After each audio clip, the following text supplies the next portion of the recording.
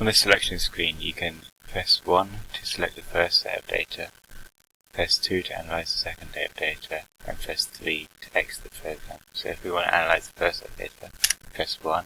We can sort that by ascending or descending order. We can search for a specific date, so December 10, 2013, and that will tell you all the information of what happened on that date. You can display the min and the max values, which tell you the most recent and the least recent data. You can input your own data, so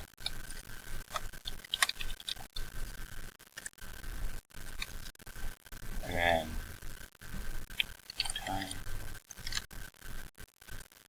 Just doing this so we can tell which one I input. So if I sort that by ascending order, you can see the one that I just inputted was there. Now I can save that to the array by pressing 8 or pressing 9 to exit. Just an example, I can do the same for the second set of data.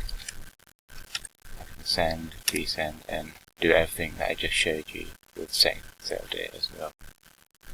Okay, that's it.